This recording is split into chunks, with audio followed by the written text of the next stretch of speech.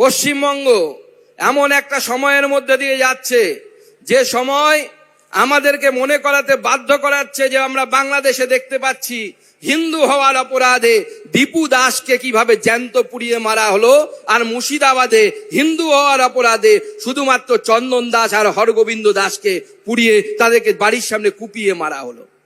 অনেকে ভাবছেন যে বাংলাদেশ অনেক দূরে, আমাদের বিপদ নেই, কিন্তু মনে রাখবেন বাংলাদেশে যারা দীপু দাসকে জিন্দা জ্বালিয়েছে আর যারা হরগোবিন্দ দাস আর চন্দন দাসকে বাড়ির সামনে কুপিয়েছে তারা একই মানসিকতার মানুষ, অর্থাৎ মুর্শিদাবাদ আর বাংলাদেশের মধ্যে বেশি দূরত্ব নেই। এটা হচ্ছে মমতা বন্দ্যোপাধ্যায়ের অবদান, তিনি এই রাজ্যকে এই জায়গায় পৌঁছে দিয়েছেন। আজকে সেই সরকারকে আমরা উৎখাত করার মন্ত্র নেব। কি উৎখাত করা উচিত কিনা এই সরকারকে?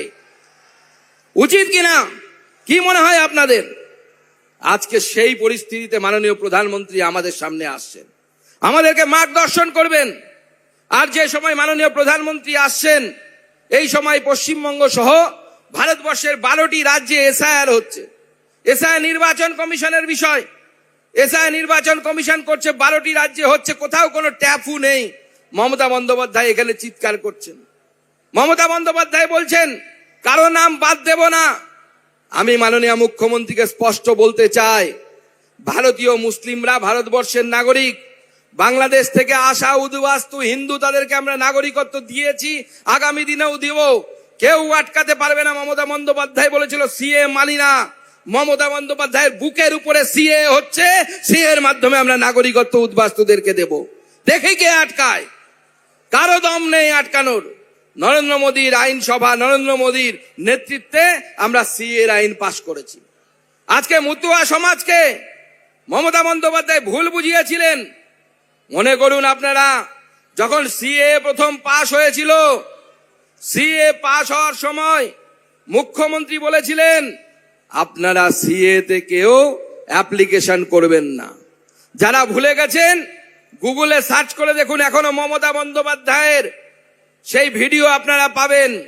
বলেছিলেন আমরা সবাই নাগরিক, কাউকে সিএ তে ফর্ম ফিল আপ করার দরকার নেই, মমতা বন্দ্যোপাধ্যায় বলেছিলেন। আর আজকে কি হচ্ছে? যে সমস্ত উদ্বাস্তু বন্ধুরা যারা তৃণমূল কংগ্রেস করে বা অন্য রাজনৈতিক দল করে, তারা মমতা বন্দ্যোপাধ্যায়ের কথায় বিশ্বাস করে, তারা সিএ তে ফর্ম ফিল আপ করেননি সঠিক সময়ে। আজকে সিএ তে ফর্ম ফিল আপ না করার জন্য সঠিক সময়ে বা না করার জন্য সম্পূর্ণভাবে যারা করেনি, তাদের নাম যদি এসআইআর থেকে বাদ যায়, এই দায় কি মমতা বন্দ্যোপাধ্যায় আপনি নেবেন না? আপনাকে নিতে হবে। কেন মানুষকে মিথ্যে কথা বলেছিলেন তখন বলেছিলেন সবাই নাগরিক।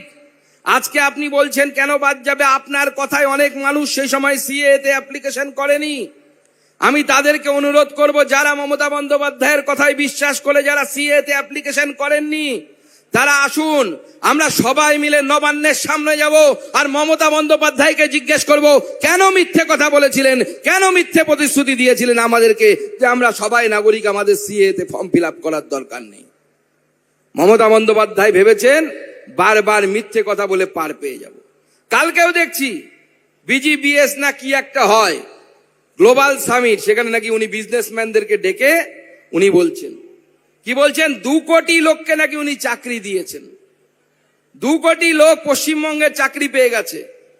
2 কোটি লোক মানে পশ্চিমবঙ্গে প্রায় 7 কোটি ভোটার আছে। তার মানে প্রতি 7 জন ব্যক্তির মধ্যে প্রায় 2 থেকে 3 জন করে চাকরি পেয়েছেন। এখানে 7 জন লোক পাশাপাশি বসে আছেন। জিজ্ঞেস করুন তো আপনাদের পরিবারের কেউ, আপনাদের প্রতিবেশীর পরিবারের কেউ চাকরি পেয়েছে? খুঁজে পাওয়া যাবে কাউকে চাকরি পেয়েছে? খুঁজে পাওয়া যাবে? খুঁজে পাওয়া যাবে না। চাকরিটা কারা পেয়েছে? তৃণমূল কংগ্রেসের নেতার ছেলে পেয়েছে, তৃণমূল কংগ্রেসের নেতার মেয়েরা পেয়েছে। তারা চুরি করে চাকরি বিক্রি করেছে। আর আমাদেরকে মুখ্যমন্ত্রী কি আইডিয়া দিচ্ছেন, বলে বাড়িতে বউ আছে তাকে আমি লক্ষ্মীর ভান্ডার দিই, সেই 1000 টাকার লক্ষ্মীর ভান্ডার দিয়ে ঘুগনি বানাবেন আর সেই ঘুগনি বিক্রি করবেন, অনেক টাকা রোজগার করবেন। মাননীয় মুখ্যমন্ত্রী, ঘুগনি বেচে যদি টাকাই রোজগার হয়, কোটিপতি হওয়া যায়, তাহলে আপনার ভাইপো গরু বিক্রি করে কেন? আপনার ভাইপো কয়লা বিক্রি করে কেন? আপনার লোকেরা চাকরি বিক্রি করে কেন? সেই জবাব দিন আপনারা, সেই জবাব দেওয়ার দরকার আছে। যে আপনার লোকেরা আমাদের জন্য, আমাদের মতো মধ্যবিত্ত গরিব নিম্ন পরিবারের মানুষ যারা আছেন পশ্চিমবঙ্গের, তারা বেচবে ঘুগনি, আর আপনার ভাইপো চাকরি বেচে আমেরিকা যাবে চিকিৎসা করার জন্য। দিদি, এটা চলতে পারে না, এটা চলতে পারে না। আপনি মাননীয় মুখ্যমন্ত্রী একের পর এক মিথ্যে কথা বলে যাচ্ছেন। আপনি 26,000 লোকের চাকরি খেয়ে নিলেন, আপনি 26,000 লোকের চাকরি খেয়ে সাধু সাজার চেষ্টা করেছেন। বিজেপি আর সিপিএম মিলে চাকরি খেয়ে নিয়েছে। আরে চাকরি চুরি করছে আপনার নেতা, বিক্রি করছে আপনার নেতা, টাকা পাওয়া যাচ্ছে আপনার নেতার বান্ধবীর বাড়ি থেকে, আর দোষ দিচ্ছেন বিজেপিকে। বিজেপির ইডি সিবিআই কাউকে ধরলে পরে বলছেন বিজেপি রাজনীতি করছে। আপনি বান্ধবীর ঘরে, আপনার নেতারা বান্ধবীর ঘরে টাকা লুকিয়ে রাখবেন আর আমরা ছেড়ে দেব, এটা হতে পারে না। আপনার বান্ধবী সমেত আপনার নেতাদেরকে জেলে ঢুকতে হবে, সেই ব্যবস্থা নরেন্দ্র মোদীর সরকার করবে। কারণ আমরা নরেন্দ্র মোদীর ভক্ত, এই ব্যাপারে শক্ত।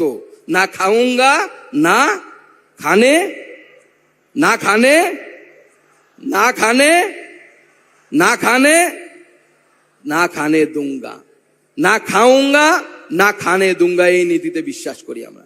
তাই নরেন্দ্র মোদী সরকার দীর্ঘদিন ধরে, একটি মানুষ কত বছর ধরে গুজরাটের মুখ্যমন্ত্রী, তারপরে ভারতবর্ষের প্রধানমন্ত্রী, সেই ভারতবর্ষের প্রধানমন্ত্রী অবস্থাতে তার বিরুদ্ধে দুর্নীতির অভিযোগ করার, আঙুল তোলার একটি লোক পর্যন্ত ভারতবর্ষে নেই।